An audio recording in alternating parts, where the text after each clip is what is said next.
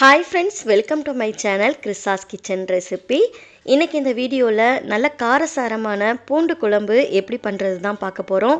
வீட்டில் காய்கறி இல்லாத டைமில் பூண்டு இருந்தது அப்படின்னா கண்டிப்பாக இந்த குழம்பை செஞ்சு பாருங்கள். ஒரு டைம் இந்த குழம்பை நீங்கள் செஞ்சீங்க அப்படின்னா வீட்டில் இருக்கவங்க சாப்பிட்டுட்டு அடிக்கடி இந்த குழம்பை செய்ய சொல்லுவாங்க. ரொம்ப நல்லாயிருக்கும். இப்போ வாங்க இந்த ரெசிபி எப்படி பண்ணுறதுன்னு பார்க்கலாம். ஃபஸ்ட்டு இந்த ரெசிபி பண்ணுறதுக்கு ஒரு பேனை சூடுபடுத்திட்டு அதில் 1 டேபிள் ஸ்பூன் எண்ணெய் சேர்த்துக்கோங்க.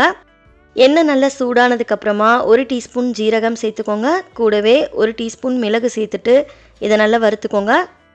இது நல்லா வறுபட்டதுக்கப்புறமா 6-7 சின்ன வெங்காயம் சேர்த்துக்கோங்க. கூடவே ஒரு கொத்து கருவேப்பிலை, 15 போல் பூண்டு பற்கள் சேர்த்துக்கோங்க.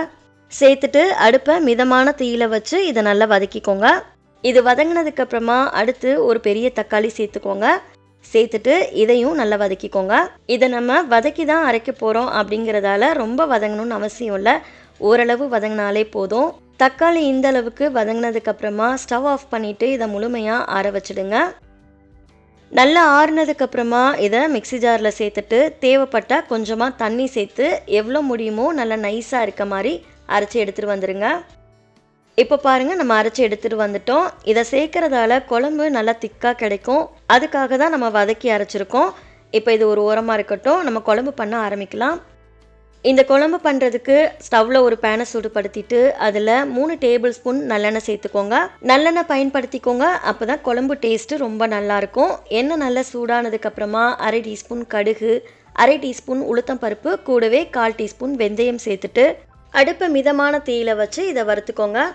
இது வறுபட்டதுக்கு அப்புறமா ஒரு கொத்து கருவேப்பிலை சேர்த்துட்டு இந்த எண்ணெயிலேயே ஃப்ரை பண்ணிக்கோங்க. நல்ல வாசனையாக இருக்கும். அடுத்து 7லேருந்து 8 போல் சின்ன வெங்காயம் சேர்த்துக்கோங்க. சேர்த்துட்டு இதையும் ஒரு 30 செகண்ட்க்கு நல்லா வதக்கி விட்டுக்கோங்க. வெங்காயம் லேசாக வதங்கி வந்ததுக்கப்புறமா அடுத்து இதில் ஒரு கைப்பிடி அளவுக்கு பூண்டு பற்கள் சேர்த்துக்கோங்க. சேர்த்துட்டு இதையும் அடுப்பை மிதமான தீயில வச்சு 3லேருந்து 4 நிமிஷத்துக்கு நல்லா வதக்கி விட்டுக்கோங்க. பூண்டு குழம்பு அப்படிங்கிறதால வெங்காயத்தை விட பூண்டோட குவான்டிட்டி அதிகமாக சேர்த்துக்கோங்க. அப்போ தான் குழம்பு ருசியாக இருக்கும். இந்த அளவுக்கு பூண்டு வதங்கினதுக்கப்புறமா அடுத்து இதில் நம்ம அரைச்சி வச்சுருந்த மசாலா பேஸ்ட்டை உள்ளே சேர்த்துக்கோங்க. இது கூடவே 1/4 டீஸ்பூன் மஞ்சள் தூள், 1 டீஸ்பூன் மிளகாய் தூள், 1/2 டீஸ்பூன் மல்லித்தூள் சேர்த்துக்கோங்க. சேர்த்துட்டு இதை நல்லா கலந்து விட்டுக்கோங்க. நம்ம சேர்த்த மசாலாவோட பச்சை வாசனையெல்லாம் நல்லா போகணும். 1 நிமிஷம் போல் இதை நல்லா மிக்ஸ் பண்ணி விட்டுக்கோங்க. இதோட பச்சை வாசனையெல்லாம் போனதுக்கப்புறமா குழம்புக்கு தேவையான அளவுக்கு தண்ணி சேர்த்துக்கோங்க. நான் மிக்ஸி ஜாரையே லேசாக வாஷ் பண்ணிவிட்டு அந்த தண்ணியவே சேர்த்துருக்கேன். அடுத்து 1/2 லெமன் அளவுக்கு புளியை தண்ணியில் நல்லா கரைச்சிட்டு வடிகட்டிட்டு சேர்த்துக்கோங்க. கூடவே இந்த குழம்புக்கு தேவையான அளவுக்கு உப்பு சேர்த்துட்டு நல்லா கலந்து விட்டுக்கோங்க.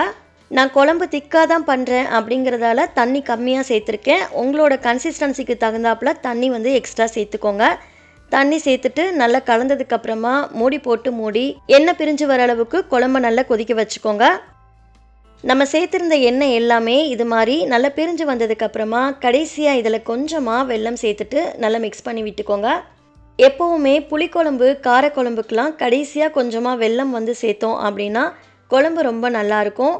அவ்வளோதான், பூண்டு குழம்பு சூப்பராக ரெடி ஆயிடுச்சு. இதை நீங்கள் 2 நாள் கூட வச்சு சாப்பிடலாம். ரொம்ப ரொம்ப நல்லாயிருக்கும். இதில் சொல்லியிருக்கப்படி நீங்களும் வீட்டில் செஞ்சு பாருங்கள். ட்ரை பண்ணி பார்த்துட்டு ரெசிபி எப்படி வந்ததுன்னு மறக்காமல் உங்களோட ஃபீட்பேக்கை ஷேர் பண்ணிக்கோங்க. இந்த ரெசிபி உங்களுக்கு பிடிச்சிருக்குன்னு சொல்லி நினைக்கிறேன். வீடியோ பிடிச்சிருந்தா லைக் பண்ணிவிட்டு சேனலை சப்ஸ்கிரைப் பண்ணிக்கோங்க.